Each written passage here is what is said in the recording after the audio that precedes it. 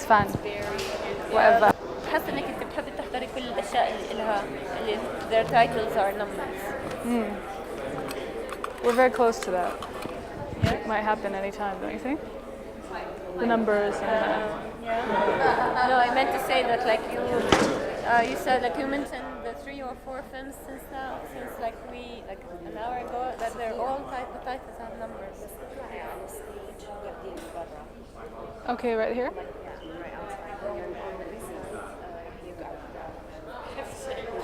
Okay. أقول لك إيش المشكلة بس إنه هاي لازم تكون عاملة أيوة بس. Oh, hello. How are you? Lovely to see you. Finally.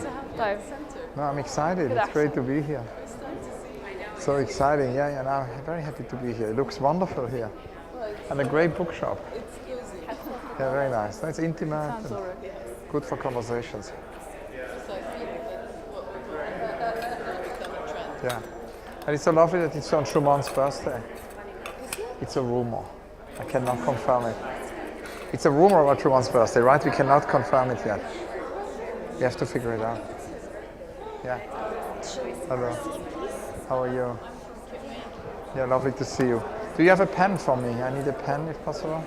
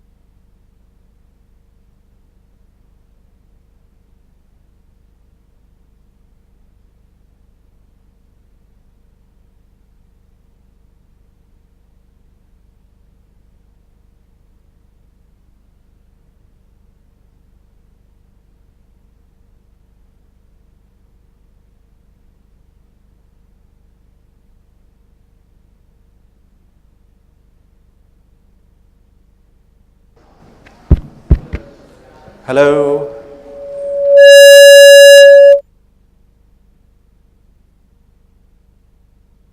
Voice.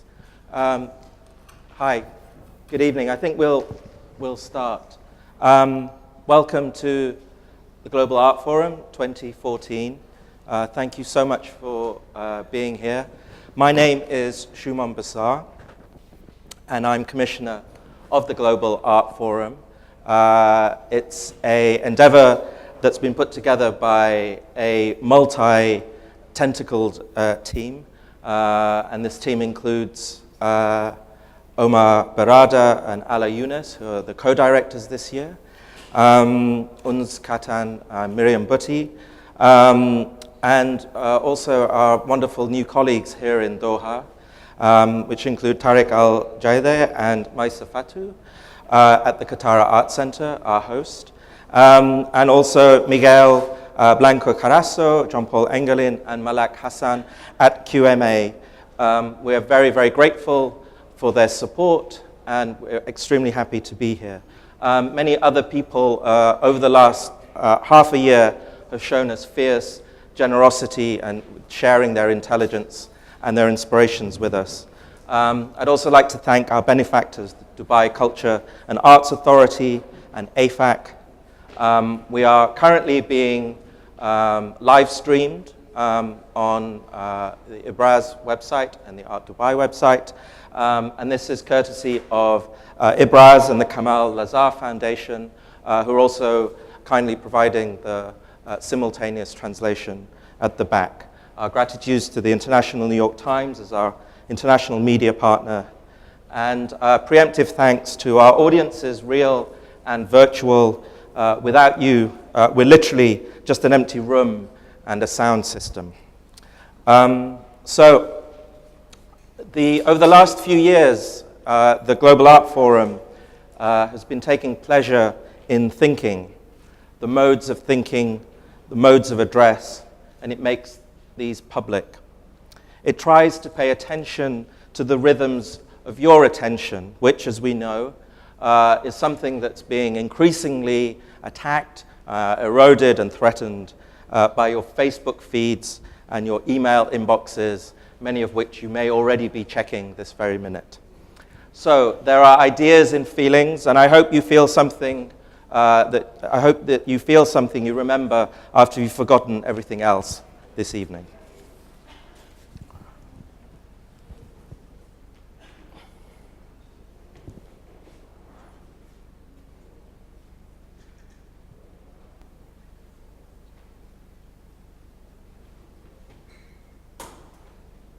Enemy of historical continuity and historical memory.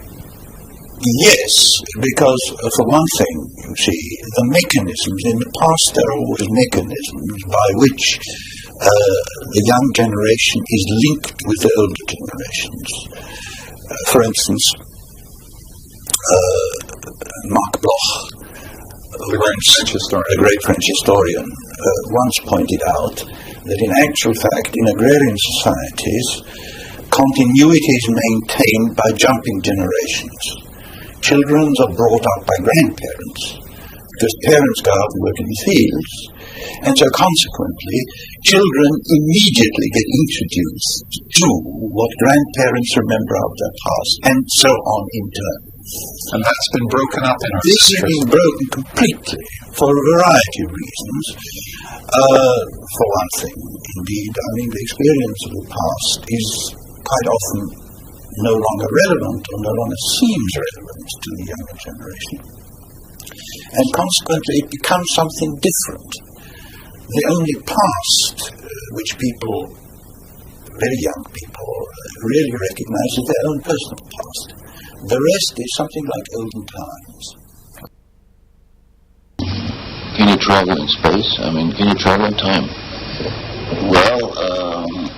We do travel in time, of course, all the time. We move back and forth in time. And I have found that there was a man named Dunn, a book called An Experiment with Time, and he found that his dreams consisted not only of the past, but of future events as well. And I found this to be true since I write my dreams down, and very often I will dream something that then later happens. So in that sense, yes, I think it'd be easier to travel into the future in a real sense than into the past.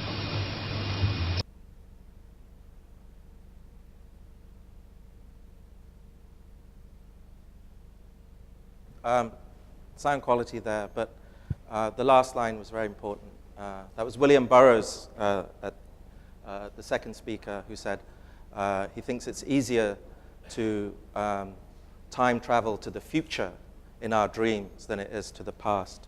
The first person that you saw was the great historian Eric Hobsbawm. And it goes without saying that history is about the past the way that your eyelash is about the day that you're having. History is, in fact, of course, a portrait of the present moment and a manifesto for the future. Here's a question for you. Is there history without historians, without documentation, without prejudice? Someone once said that a historian imagines the past and remembers the future. This year, our theme, Meanwhile History, imagines a timeline of transformational turning points, many of which have been lost, forgotten, or erased. And we're very grateful to Sophia Almaria, who gave us this wonderful title, and you'll be meeting her in a minute. So over the week, we start today here in Doha. We have day 2 tomorrow at 2 p.m. And then we move to Dubai, and the forum resumes on Wednesday, the 19th of March, and continues till the Friday. So over these 5 days, we will be time traveling through 778 AH, which is when Ibn Khaldun wrote the Muqaddimah. Then we'll pass through the first week of September 1920, when Soviet Orientalism was shaped. Then we'll arrive at 1955, which is when Documenta was founded. Move then to 1966, which was a telling time for the CIA, Sudan, and the Gulf. And we'll move via the short 70s in Iran, Chile, Greece, and the newly formed UAE, via 4 decades of Kuwait's cultural experiments, Iran's art history exported to Dubai, and Pan-Arabism's lesser-known derivative, Pan-Kafirism. And here in Doha, today and tomorrow, we'll be looking at the master plans of the 70s that culminated in the spaceship-like Sheraton. We'll be looking at the ethnography of pearling and the experience of the Arab migration experience in Brazil as it was historiographed in cinema and in video art. A reminder that we've produced 6 of these fantastic badges, which this one says Meanwhile, Meanwhile. We have Meanwhile Crisis, Meanwhile Art Fair, and Meanwhile Zombies. They are available at the back, also with a number of our Globe books, which is the Global Art Forum publishing initiative. Please feel free to take them on your way out or on your way in. So those conclude my opening remarks. I'd like to invite up our guests for this evening. Hisham, Ulrich, and Sophia, please.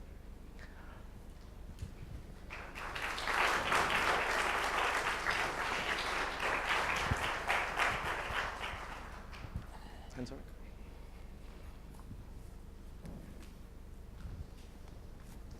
And a little reminder, please, of course.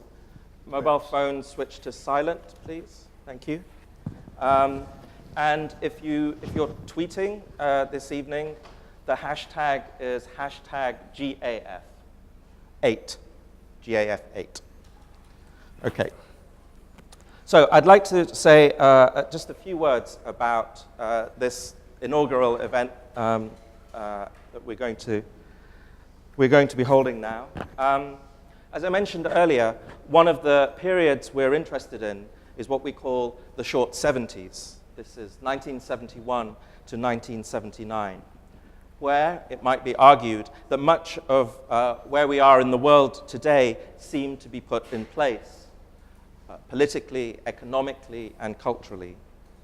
1971 marked the independence of Qatar, and the next decade or so witnessed the process of double nation building. On the one hand, there was the establishment of ministries and institutions to govern this new country. On the other hand, there was the physical building of the nation, its infrastructure, its schools, its hospitals, its shops, its malls, etc. Much of this, of course, focused around Doha. And we wanted to take the Sheraton Hotel, which you see here, which appeared, as it were,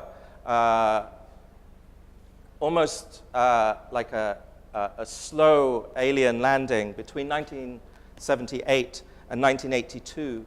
We wanted to take the Sheraton Hotel as a kind of time machine, or indeed a spaceship, to visit this foundational era of boldness and innovation, some of which perhaps has either been forgotten or literally erased. So for Ulrich and I, the Sheraton, which many of you will know, of course, has just been closed for refurbishment, and we'll talk about this during this evening. The Sheraton has been a very special touch point for us in Doha. Ulrich Obrist, who many of you will know, of course, is the co-director of the Serpentine Gallery in London and one of the world's most prolific interviewers. Ulrich once said, quote, "At the Sheraton, there is always a fire or inundation," end quote. And in fact, that evening, there had been a fire. It led to a power cut, which meant that we ended up enjoying our buffet dinner over candles and the light of our mobile phones. So we've remained absolutely insistent over the last few years that we've been visiting Doha that the Sheraton, like Oscar Niemeyer's Brasilia, is a portal to other dimensions of the universe. So it gives us absolute pleasure to be able to discuss the Sheraton and the seminal 70s with Hisham Qaddumi, who is one of the key protagonists of the era and our second time traveler. Hisham Qaddumi is president of the Arab Architects and the HQA Group. During the 1970s and 80s, he served as the planning and development advisor at the Diwan Emiri, as well as the director of the Diwan's technical office in Qatar, which was responsible for the development of the major projects during that period. We really could not have someone with better first-hand experience of this incredible period than Hisham Qaddumi. So thank you so much for being here. And we will speak to Hisham shortly, but first, I'd like to welcome Sophia Al-Maria. Again, some of you may know Sophia. Sophia is a Qatari-American writer. Her book, The Girl Who Fell to Earth, was published in 2012, and she's currently working on a film called Beretta. The Sheraton, in her words, is her mothership. And Sophia is going to explain to us why and how. So will you please join me in welcoming our guests this evening? Thank you.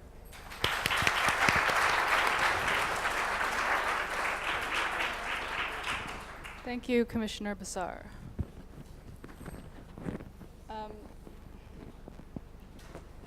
So I've written a short story. I don't know if this is going to work if it's on my abaya. I've written a short story in honor of this event. It's a sci-fi short story, and William Pereira, the architect of the Sheraton, was a great fan of science fiction, and I'm sure you'll talk about that a little bit later. So I hope he would approve of this, because it's a place that I think really is a mothership of Doha and an emblem of the time traveling that we've done as a country. So it's a bit sad. I hope that it doesn't bring you down too bad. So the silent verse is what it is called. This is a story about a woman who was born into the dateless world of stunning affluence. Her girlhood coincided with the pinnacle of wealth. Speed was the hallmark of this impatient, improbable time. The sun rose and set in a sky knotted with jet travel. Cities nestled in the clouds and the deserts were made to be green. The sun rose and set in It was then in a metropolis like ours that the woman of this story, would live to see the end of time and the end of seasons. Before her 18th year, air conditioning and polar bears and the interval called spring had gone. By the time she was married, the sea was dead, and the day she gave birth, acid rained from the sky. But from her bed she was comforted to see a sturdy ziggurat that had landed before she was born. It was herald of the future and a promise to the past, but that future turned out to be a mirage. The world's leaders had led them into a trap. People strained to understand what was happening. They looked to the wise men of their time to explain this explosion in their reality. They could feel it shattering into particles, dissipating from their vision like a cloud of cosmic dust. But the leaders did not heed their fears, and instead abandoned the earth to fend for itself. Obsession with attainment gave way to belated atonement. Humanity withered, war spread, and with it the darkness. Everyone suffered, and most died. But somehow this woman lived. Although in truth she did not want to. She was unwilling inheritor of an empty empire, a dowager queen, mourning the past, fearing the future, and she existed in a present without purpose. Now she can recall very little, but there are 3 memories that remain, and they are all gathered in the same place, a hotel at the end of a jetty, the Sheraton. The first memory is of a visit to a menagerie. She's very young. There is an ostrich, there is a fennec, and there is an oryx, the last doe. The girl stands, fingers laced into the wire of the cage. The animal's pupils are horizontal, and it sees that which is coming. At the edge of her vision, a man raises a gun, and the gazelle rears up, curved horns piercing the roof of the cage. In a single second, that man poaches what took 200 million years to perfect. In the second memory, she is nearly grown. She stands on a checkered chessboard overlooking the lagoon. It is hot, a blazing noon, and she is waiting for someone. And then a fighter jet passes low. She seems to see the air ripple around its nose and herself reflected in the pilot's visor. She thought he waved to her from the cockpit, but then the sun reflects into her eyes and she is blinded by the color blue. The last memory and the strongest. It is nighttime in a hotel room, and she is holding a little boy. Before he slept, she had told him a story that had once been told to her, and now he's awake, trembling from a nightmare. And it's her fault. The story concerned a child who had slept too soundly, and when he awoke, his family had moved camp, leaving him alone in a desert full of wolves. The story did not comfort him, and that was not her intention. She wanted him to be brave, to be smart and vigilant, but he's so small and so afraid. So she tells him he'll be safe from all the unknowable, if only he recites. But before she can teach him the words of the verse, the blue flash, the bomb, she doesn't see it, but she hears the sound and is deafened by a blanket of silence. When she next looks down, her arms are empty. The little boy is gone. Since then, all time has stopped. The sun is stuck in a permanoon, drowning what is left in indifferent whiteness, burning shadows into walls and carpets, and leaving the woman in a dead world without night. And one day, she leaves the compound to revisit the cage, the lagoon, and the hotel at the end of the jetty. Perhaps it will help her. She follows the glinting track of rippled glass, treads of tanks melted into the sand, the guilty war traces condemning mankind. Clues to what happened in this abandoned abode, Al-Atlal. She comes to the jetty, unchanged, as it has always been in the museum of her memory. And at its end sits the Sheraton, her mothership waiting for her, welcoming her back. It's radiating a golden warmth that turns everything around it rubble gray. She gazes on it and she feels she's home. She never thought the sun was wonderful until it fell on the wall of this building. Still squatting on 3,000 piles and pillars, sinking its steel shafts deep into the reclaimed coast. She walks through the windless garden. She sees the cages are empty. She goes to the chessboard and looks out across the lagoon. She enters the lobby and is dazzled. The polished filigree of the domes remain intact. The elevator takes her to the crown of the hotel, and it opens onto a maze of foxed mirrors. She follows the curvature of the room to its core. Here is a raised platform, nooked with love seats. Here are ordinary things that are now upsetting to her. A pair of speakers, an empty ashtray, the rippling crystal pond of a chandelier.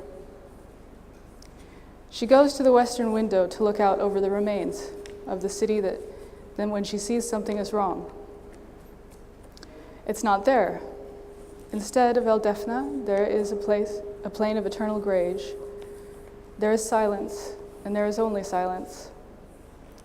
It thickens around her like gelatin, and then a pale blue light blooms from the east, burning to a blaze and then vanishing.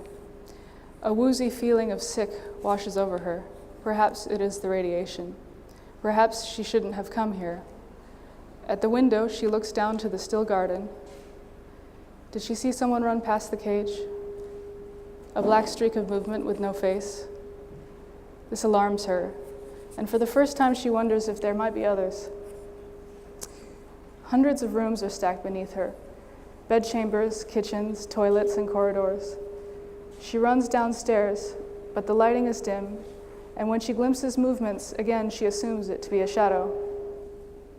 But then she remembers when the sun stopped, and how the shadows became fixed, colorless shapes built from layers of darkness. Why were these moving? What are these mirrors in her shape, like black voids sucking the breath from her lungs? There's another one, standing at the end of the hall. It seems to be waiting, awful and empty.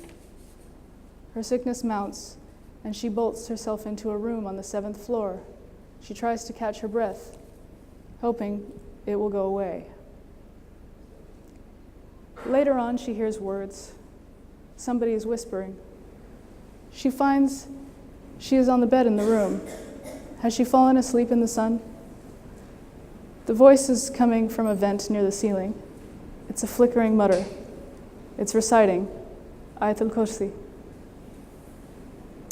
The silence never knew how lonely it was until it heard a voice call out. The woman has not heard anyone in a very long time, not even herself. She cries, knowing she's outnumbered, 1 living to 1 billion. And so the voice is impossible. It must be her fantasy. The flash of blue again, another wave of vertiginous sick. It reminds her of the jet and the pilot and the mirrored face. She looks out the window and sees that the sun remains fixed in the sky. It's glaring down at her like an unseeing eye. And she notices that the voice has stopped and that the familiar silence has returned, unwelcome. And that is when a terrible beckoning begins to sound inside of her, and her curiosity trumps her fear, and she steps onto the landing and looks over the balustrade into the cavernous lobby. And at its center, she sees that a light is on where there had been none before, illuminating the velvety red of a spiral stair. Concentric circles, squares, and hexagons tessellate on every surface. Time has crystallized in this perfect space, in the opus sectiles on the floor. And then it appears again, a hovering figure made of uniform blackness. The woman thinks it's facing away from her, but then it turns, back the same as the front. A veil of shadow is thrown up over the head, occulting the face. It reminds her of the way girls used to do when she was young and wanted to remain unseen.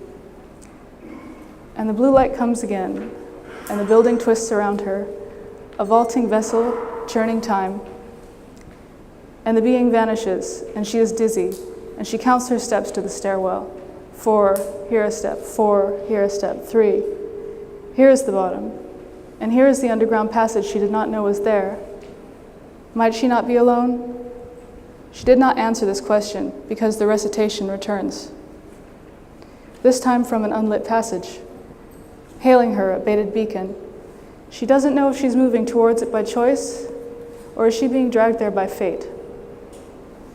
She comes to the end, only this time she's not afraid, because now she knows she has been here before, in this bunker, in this safe place beneath the hotel, built perhaps for leaders who once came here to meet.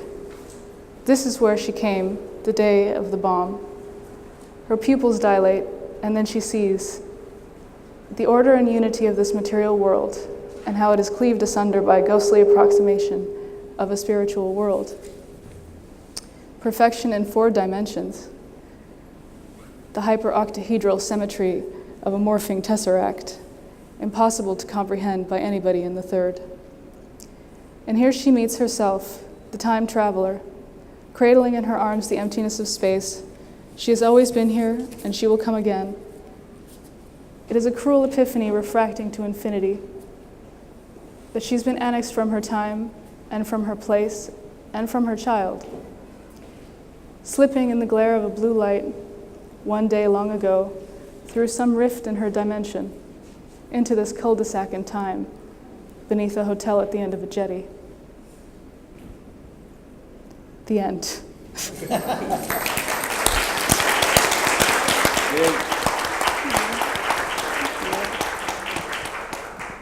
Wonderful. Sophia, maybe you could tell us your first memory of the Sheraton? Yes. My first memory of the Sheraton is the sort of assault on my childhood senses of walking into that lobby, and I especially remember the green plants that were hanging over the edges of the balconies all around it, in a big triangular shape. Yeah. How old do you think you were? I was probably about 6, although I might have been there before and not known it. So maybe around 1988 or 88 or 89, something like this. Yeah. And can you maybe tell us when was the first time you thought that perhaps the Sheraton is not from planet Earth? Was it the same? Was that the moment when you were 6 years old? No, I think when I was a teenager, it was a very special place. It's such a fantasy structure, but really, I don't know if there was an epiphany, because I think it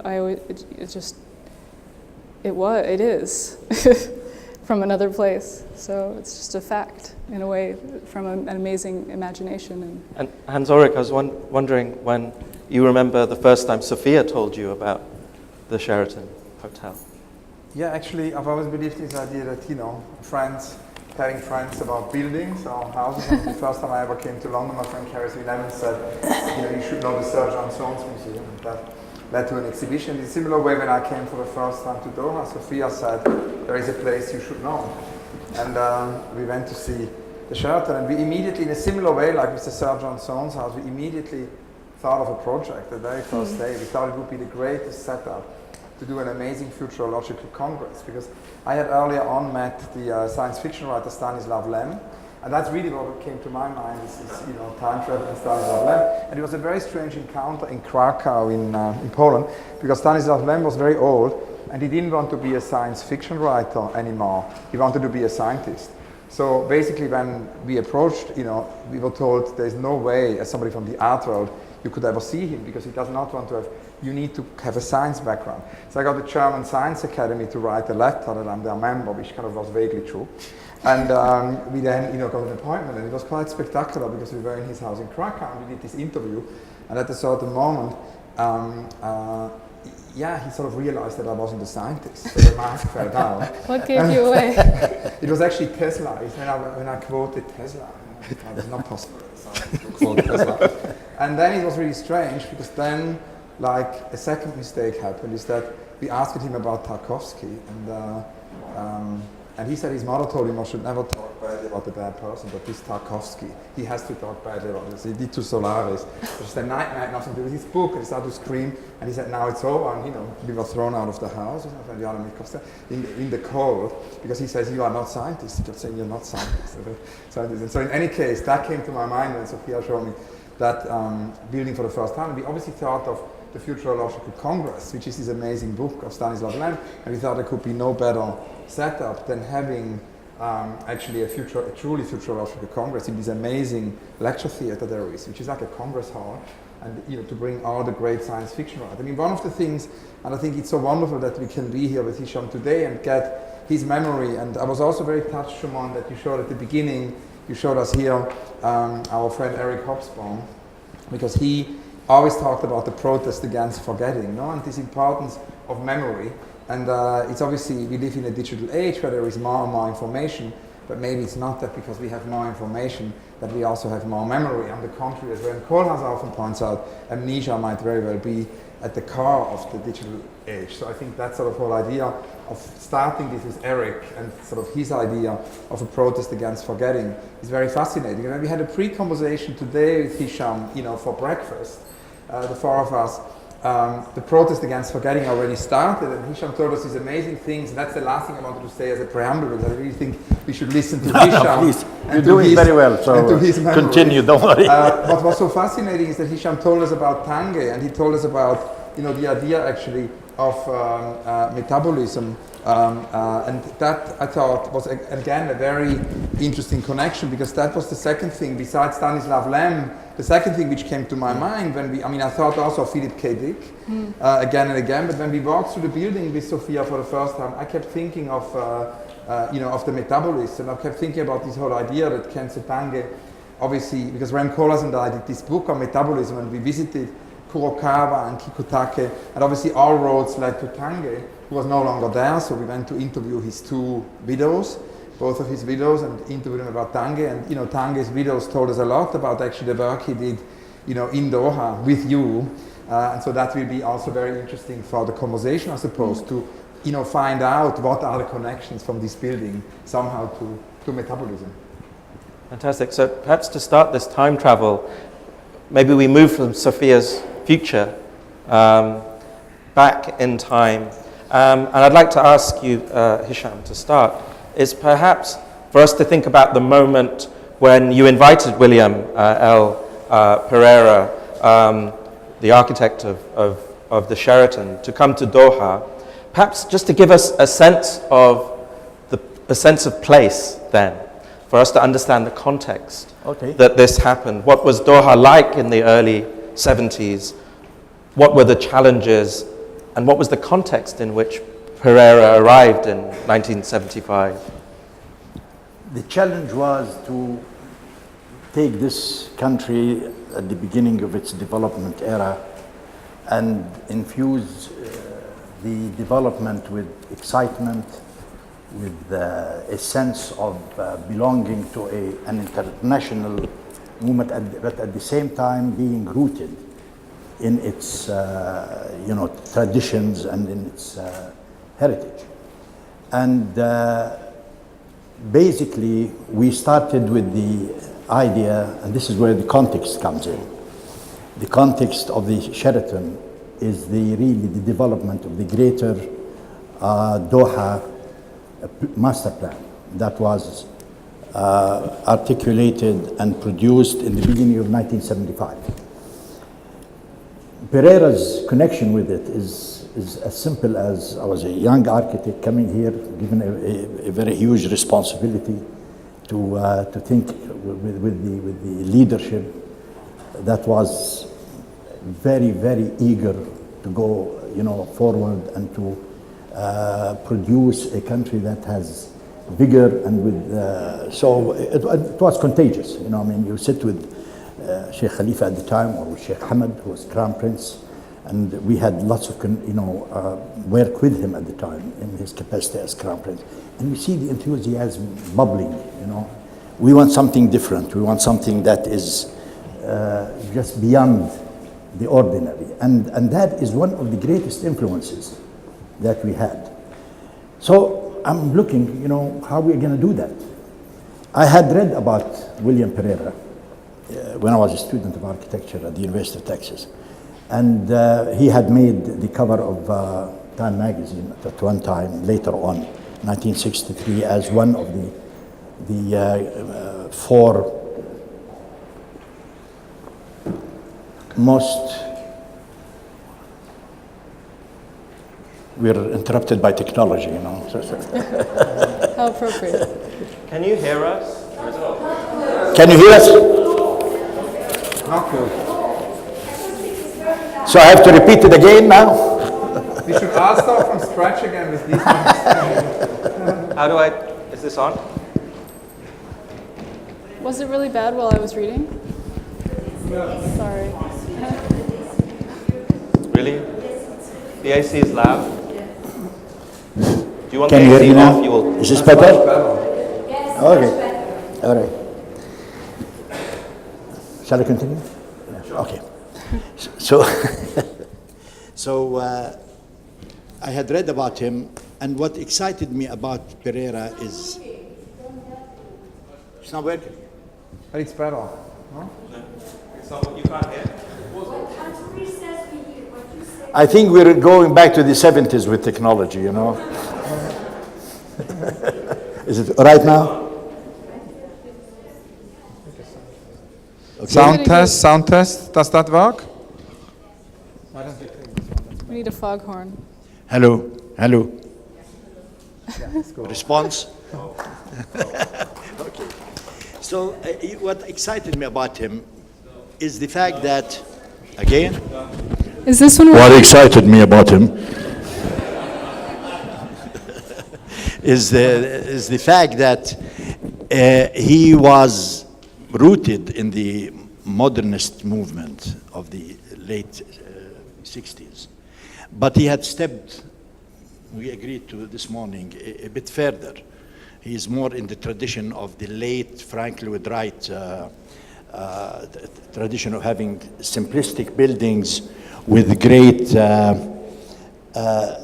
impressive wow effect. And we thought it is needed here. It is needed to have the anchor project in the West Bay or in the Greater Doha plan to be an exciting place.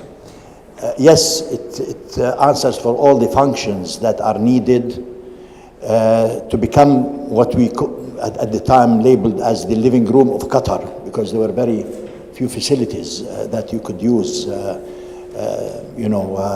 that scale. So I simply found his number and I called him. As simple as that. I picked up the phone and I called, and then I got through his office in Los Angeles, and I said, may I talk to Mr. William Pereira? Who is on the other line? I said, Hisham Qaddumi from Qatar. Qatar, where is that? At the time, Anyhow, I got to him, and then I explained to him. I said, I've been given this responsible job of, coming out with a vision, recommendation for the leadership here, and they are very excited, and they want to move ahead with the country in a different way. Would you be interested? And he said, yeah, tell me more about Qatar. So I told him, about the history of Qatar and so on and so forth. And by the end of the conversation, he said, when can I come there? And sure enough, 2 weeks later, Mr. Pereira arrives, a very elegant man, a guy with a tremendous amount of presence and personality. And he immediately, and I think that is very important in architecture, to have the passion for excellence, to adopt an idea and carry it. So, we introduced him to the Sheikh Khalifa at the time, and then Sheikh Hamad, his crown prince. And then we started taking long walks along the shoreline of Qatar that was from the Ministry of Information and the National Theatre, went upward, went north. And we started, getting ideas.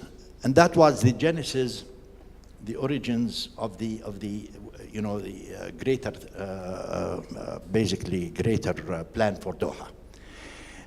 Hisham, if it's sorry to interrupt you, but I just brought just to give people an idea. That's him. That's the guy there. What's very interesting about William Pereira is he was an incredibly prolific architect. He was. There were 3 versions of his offices, over 400 projects all over the world. But to be honest, in this day and age, in 2014, he's not someone that would be taught at architecture school. He's sort of been forgotten somewhat. And so I think it's really significant for us to talk about. I think it's the age of the iconic architects that are producing useless buildings. But he himself, beautiful, expensive buildings that nobody wants to use, What isn't forgotten? What isn't forgotten is his LAX thing. That remains very legendary, and it's an incredible inspiration for artists. Exactly. And writers until today. I was wondering, what was it? Was there one thing by him which struck you first? How did you discover his work? What was? I had, I was interested when I was going to school. I had, I was reading a whole lot about the different architects. I had. We were in the middle of in the early 60s, in the middle of the, modernist, or late modernist movement.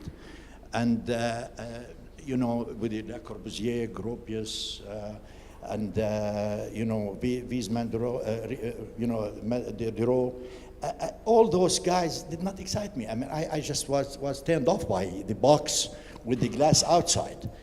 And I think this is something can be debated, how much their contribution to architecture in general. But what excited me about the type of architecture is that it fit the demands of Qatar at the time. I did not go into analysis, where does he belong, into modernist, postmodernist, constructionism, deconstructionism. I get lost in these terms, But to me, when I reviewed his buildings, and his, he had done the Irvine master plan. And I studied the master plan for Irvine, California. And he had done the downtown Houston master plan. And I thought logical, sensible. He lots of research went into them. The guy was not in a hurry. One of the things that he kept telling us, in our debates with him, order, take time. Don't rush these things. Let them be a framework for 30 years. not for 5 years, not for 2 years, and everything has to be constructed at one time. Those aspects, without reference to historical or historicism, impressed me with the guy. And most of all, I was impressed by his passion, by his commitment. You know, I remember, you know, he believed small is beautiful. And when we were working one of our walks on the corniche, not on the corniche at the time, and on the podcast, he said, I love this place. It is so small I could put my arms around it. You know, and I thought that was very telling, you know, and I think Doha until now, it has that characteristic, relatively speaking, of being reachable, of being able to conceive it in one look. Unlike a town like Dubai, where it's just sprawling with all the dynamism that it has. I mean, nobody can deny the contribution of Dubai. But to me, I feel comfortable in Doha. I feel, you know, you're still in a human scale setting. And these are principles that he stressed over and over and over again. So the other thing that I think is very fascinating about him, he has to be one of the very few architects in the world who has an Academy Award. He does have an Academy Award for designing the set of Reap the Wild Wind. Reap the Wild Wind. You know, he got an Academy Award, and he went on to design the sets for maybe about 5 or 6 movies, and then became a producer of movies. You know, he's a prolific man. He's the nearest thing I could identify at the time for a Renaissance man. I mean, he painted, he drew, he was a great architect, a great humanist. His presence was overwhelming. You know, I mean, he could have handsome, tall, and, you know, coming into a room, he kind of possesses the room as he walks in. And I think that was all these attributes, I think, helped what is fundamentally a great talent. I just wanted to ask Sophia actually about this, because Sophia is also a filmmaker, and almost. But his early architectural, his first major project is for a set of a retirement complex for Motion Picture Association. Yeah. He was very active in the LA scene, and there's this whole this whole affiliation on the one hand with cinema, with filmmaking, and of course then with science fiction. Yes. And once you discovered these things, did that retroactively make you explain the Sheraton in a different way, do you think?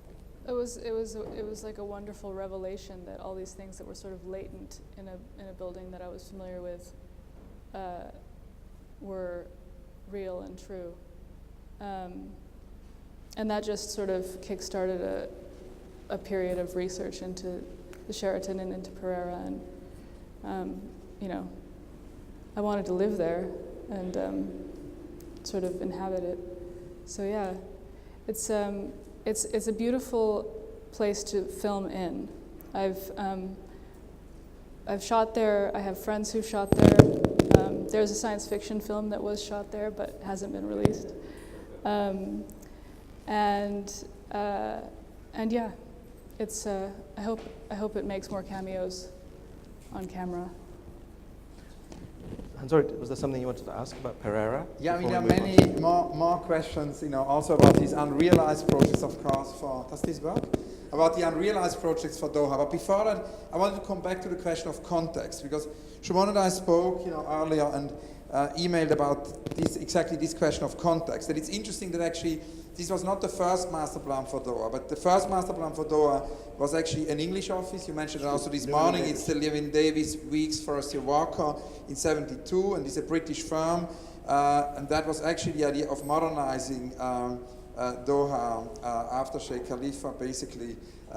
You know, that took over. And then in '74 was obviously a momentous moment, because all of a sudden the oil embargo quadrupled the price of oil, and that meant that suddenly there was a lot of money here. So that's 74. And then in 75, you make this ominous, wonderful phone call to Pereira. And I think it's interesting to know a little bit more about the context, which then will make us understand where the Sheraton fits in. Because you invited actually Pereira to think about this idea of a master plan. And you mentioned before this idea of the new Doha, and that's not the old Doha, it's north of the old Doha. And you proposed, together with him, to complete the waterfront corniche, basically by deep dredging the low-lying sand deposits. And I'm kind of curious for you to tell us a little bit more about that context, and then how the Sheraton fits into that overall master plan. The master plan, we call it the Greater Doha Master Plan, since it is the first time that links the old Doha with any future projected areas for development. And when we were talking about elements of planning, we wanted a strong magnet that will pull people, and he believed, and I did, in the congregational aspects of space. What makes people come together? And the obvious answer was the water body. Now, we looked at the water body. You know, Tariq, you don't remember this. You were not born at the time, right? So you would, when it was in the low tide, you could literally walk maybe 1 kilometer, 2 kilometers, and see the sabha, and see the smells and all that. So the first order of business is we wanted to use that body of water as a magnet, as a generator of the design of the infrastructure system, and so on and so forth. But we did not think at the very beginning of adding the land, because that was the original idea. Just clean it, make it navigable to 4-meter depth so that boats can come in, and so on and so forth. So then when we started looking further and further, we said, you know, the sweep of the corniche, which stopped at where now is the Ministry of Information and National Theatre, really was half a sweep, not a full sweep. If you want a sweep, you have got to kind of, you know, complete that circle. So then ideas, you know how when you start horizontal thinking at the early stages of planning, you start thinking, throwing ideas, and come out with them. So at the end, we arrived at that a fill should be there. One objective is to clean the water. Second objective is to complete the sweep of the bay. And third objective, which is as important, to make available expanses of land that were created at very low cost to accommodate what we call the magnets, you know, ministries, complexes, and so on and so forth. So all these together justified doing it. And then when it was, you know, now it is becoming the actual magnet, and then it makes Doha concentric in terms of attention.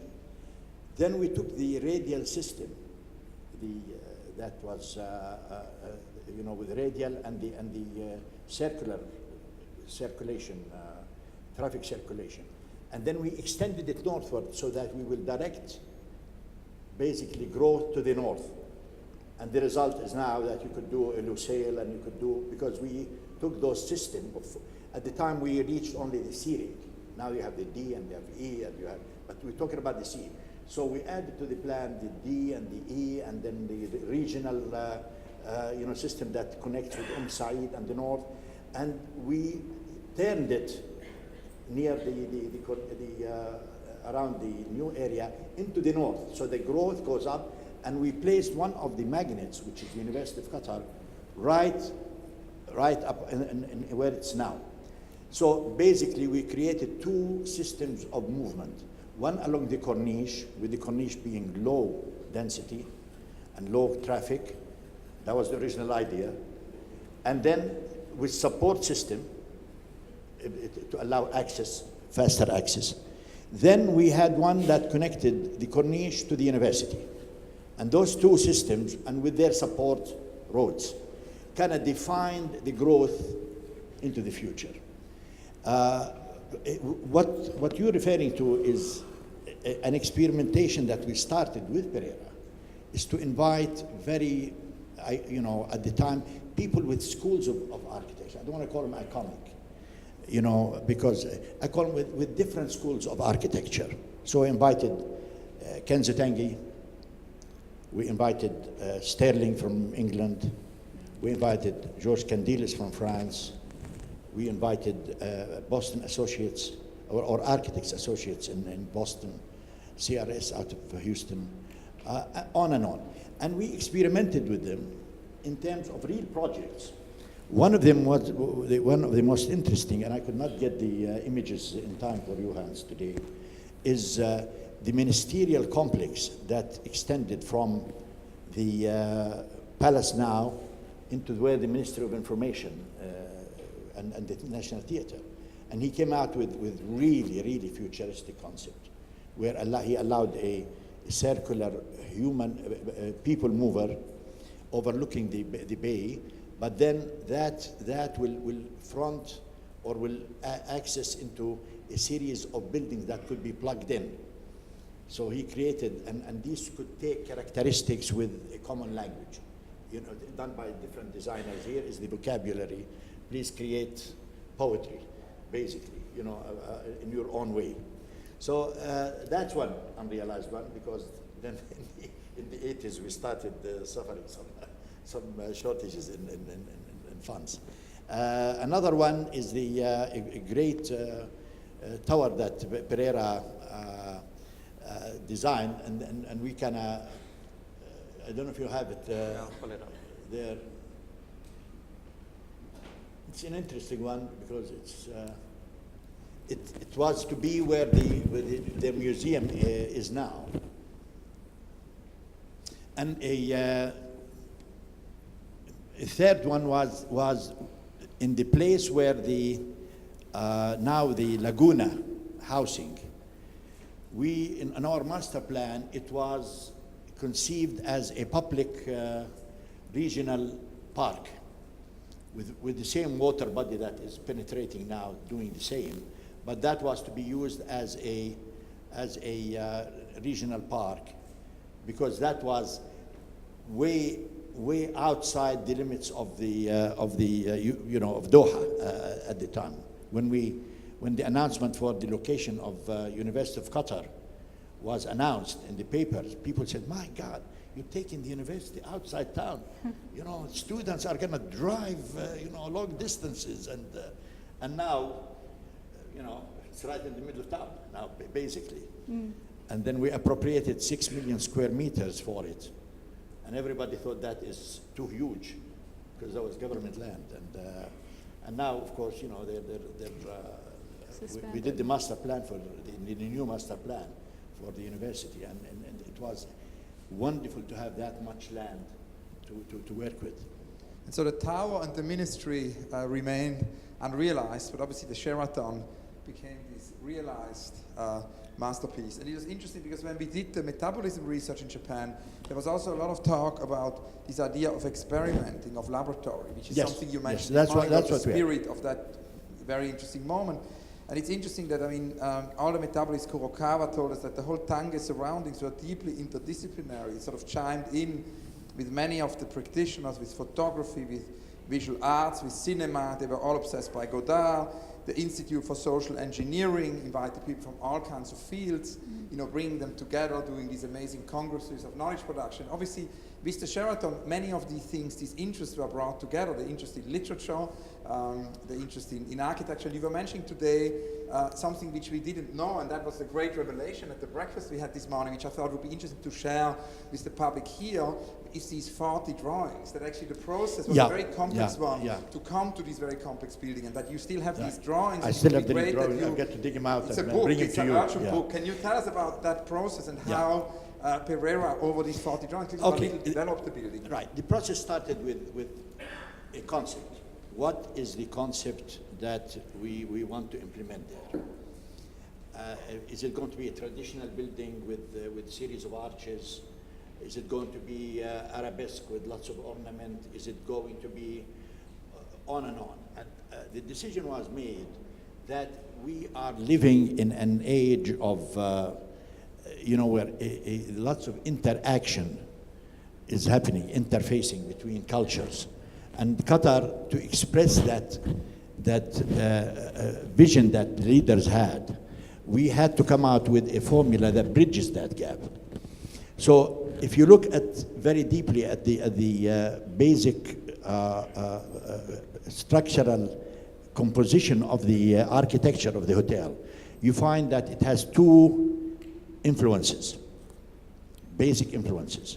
One, and they share lots of common ground. One is a reinterpretation of the Islamic style of design or philosophy of design. You know, the most characteristic aspects of Islamic design is really reduced into concepts. Mizan, the order and balance, repetition, the basic shade and light, the importance of the inner courtyard as a collector of activity, the rhythm, the symmetry. And then basically, when you look at the art of geometrical design in Arabic and Islamic architecture, and the arabesque, which tends to be more floral and so on and so forth, you find that it is composed of basic, geometrical forms. So, and the movement, the modernist movement, or thereabout the end of it, was stressing that concept, right, Hans? The fact that you take the ornament of the Art Deco era and the Victorian era, and you distill it to its basics. Not in the tradition of Gropius and Le Corbusier, but post that. So the two met really, and we took the triangle as the formative unit, and we started creating pure shapes. The hexagon, and then from hexagon, the double hexagon, then the circle, and we really employed them in different directions, on different materials, different scales, different sizes, so on and so forth. So a symphony is there but it is not the regular tune that you had before, arches and a bit of arabesque and so on and so forth. And to the space, which is the courtyard space, which is very, very important in Islamic architecture, we created that, dictated the pyramidic shape. So, because we wanted basically a shape that is proportionate, and that you can conceive in one look. So that basically the generator became the triangle, then the courtyard proportions and the need to see from distance and to be contained in the space rather than overwhelmed by it, dictated the shape of the pyramid. And then, of course, the genius of Pereira, to compose something far interesting than just a pyramid, came in. We actually, in the literature that Pereira publishes about this project, they say one of the most important factors is our dialogue, continuous dialogue with the client, meaning our group, and the fact, and he mentions in it, that it took us 40 sketches before we came to this. And actually, I have those, and I'm gonna one of these days unearth them and give them to Hans, and we may do a book on the process. So the process was influenced by all these: Islamic architecture, modernist, the fact that you had a great architect, behind it.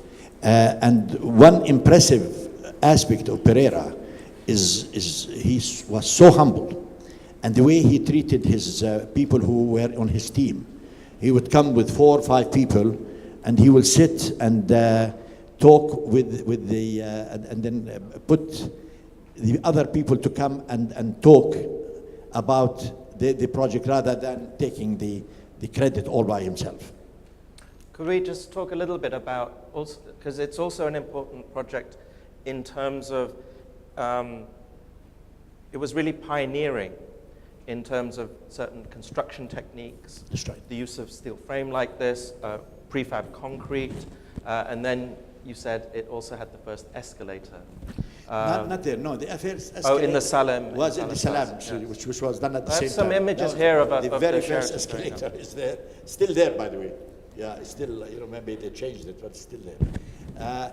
Yeah, we adopted the steel structure because of the shape, and because we believed in the steel structure. That was the very first one, and we then had a factory that, under our quality control, that produced the panels for the hotel, along with the panels for the Diwan Amiri later on, and for the University of Qatar, for student housing.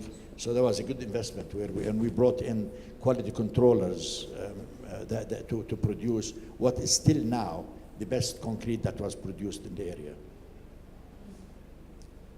These are some of the construction images. Yeah, these are some of the panels that we produced. Those basically, this is in the upper end. This is where the Shaheen restaurant is. And this is a solitary impression. This is how Doha. It's a little bit blurry, but I think it gives you an impression of how little there was. That was the first structure in the West Bay.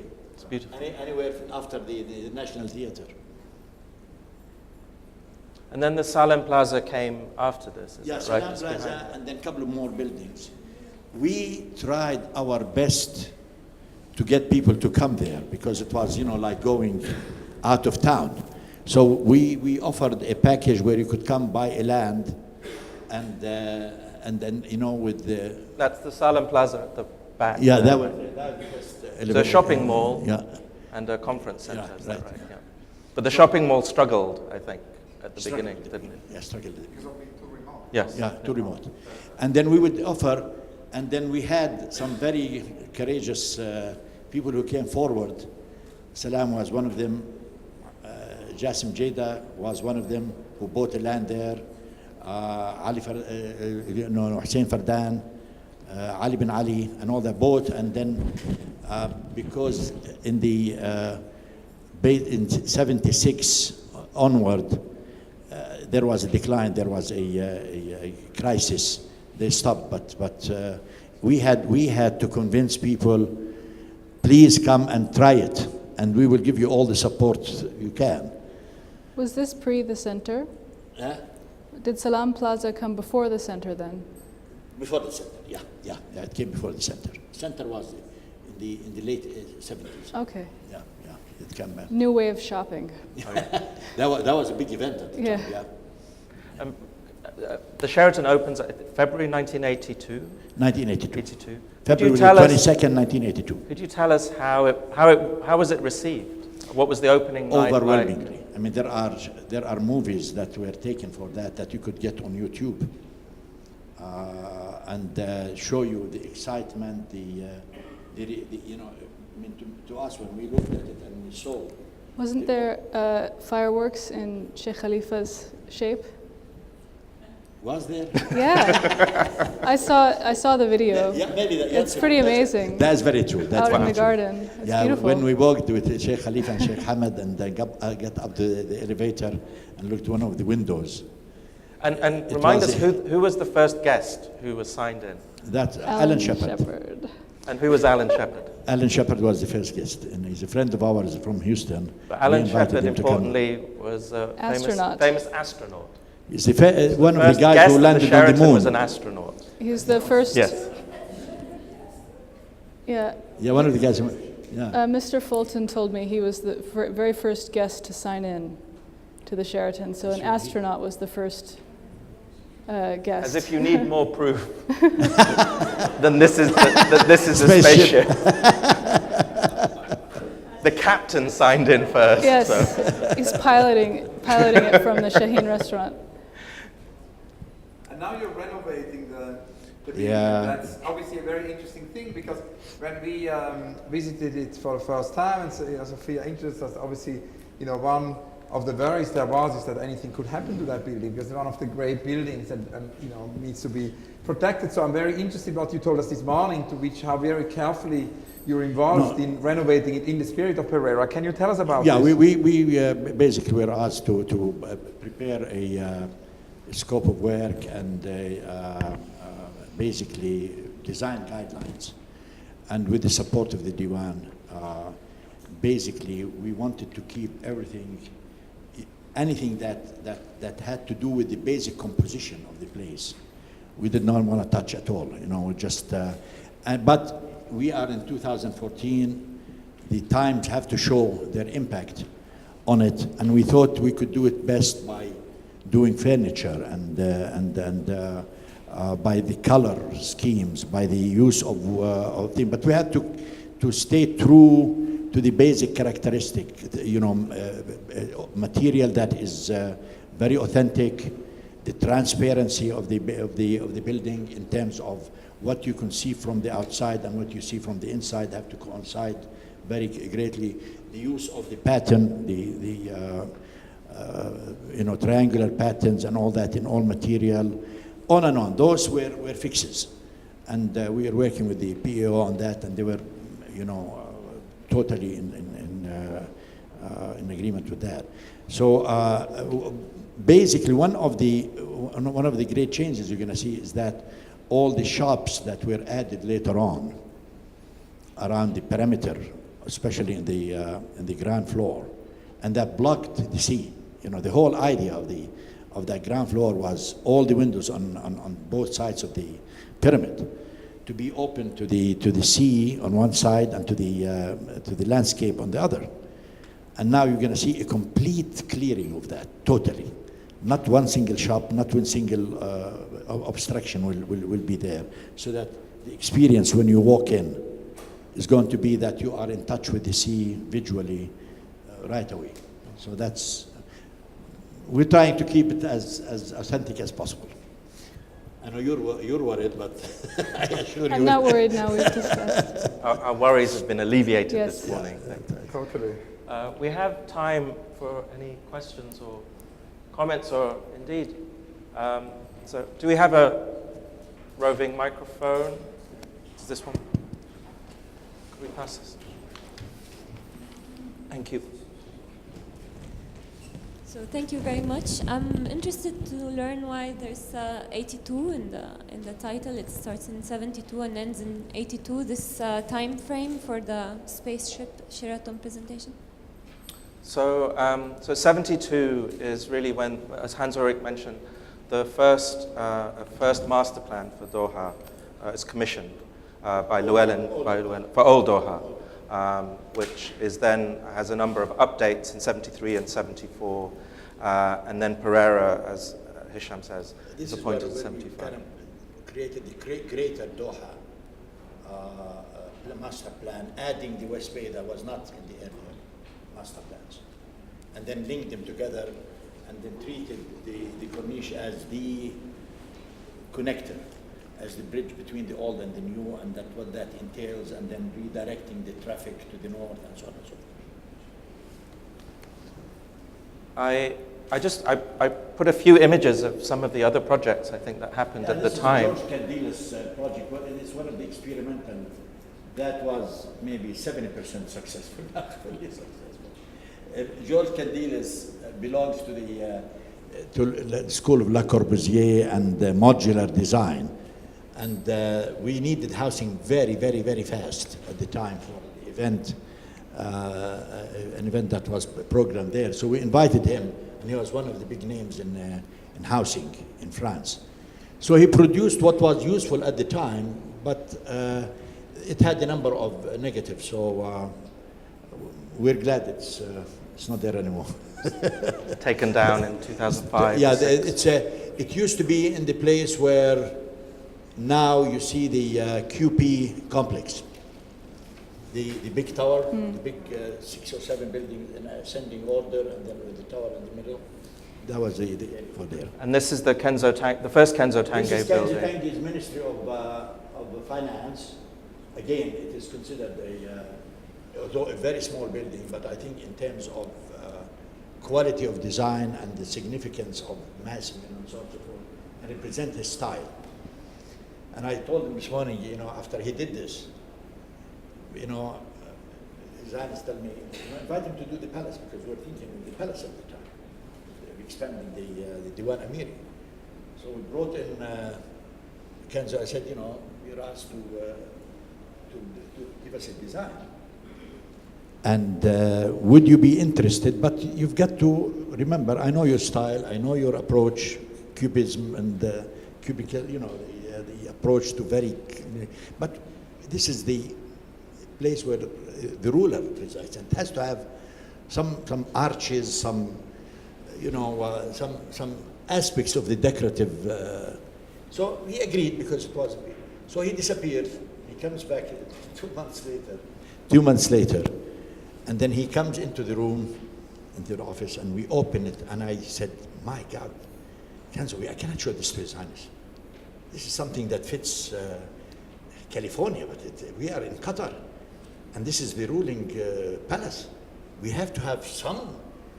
So he looks at me, I think you know him and his character. He was a grand architect. And he said, Mr. Qaddumi, I just came back from Spain, Madrid, where I was a judge on a panel of judges to judge the mosque in Madrid that is, or part of Spain, I cannot remember now, Madrid or somewhere else, that was financed by Prince Fahd. And there were 300 entries because they allowed open competition. And for 7 days, I saw nothing but arches. So I am fed up to arches after So I said, okay. I think you have an image of it, but we never realized it because it was just too distant. Yeah, that's it there, yeah. The courtyard is there, and but it just doesn't, it just too I don't know what you think. Maybe it's just we thought it's a bit too not doesn't take the local influences enough. So who built the Diwan Amiri? We did it in-house, as a matter of fact. We did it basically. We brought in a team that worked around basically in offices, site offices next to them, and then that's an interesting project, and it has received a whole lot of attention. A book has been published about it in London, and that was the effort to translate Qatari vocabulary in a new way. So instead of basically using the pattern as it appears in the smaller scale houses, we asked a friend of ours, Tariq knows him, Muhammad Ali, to give us an analysis of the Qatari vocabulary and Qatari approach to design, and he came out with his famous blue book that is the reference now to Qatari architecture. And we started using it in different scale, because when you have an atrium that is maybe 20 meter high, you're not going to be able to see the details in the small. So we took them and then we enlarged them so that you could read a pattern that goes across the whole ceiling rather than just copy the patterns that are used usually. So a question of scale is very important. How do you reuse your vocabulary and your traditional... Talking of scale, we mentioned it earlier. This is the great unrealized tower. This is unrealized. Also by William Pereira from that era that was meant to be one of the magnets. Right? That was meant to be one of the magnets. So why did this not happen? I think it was money at the time.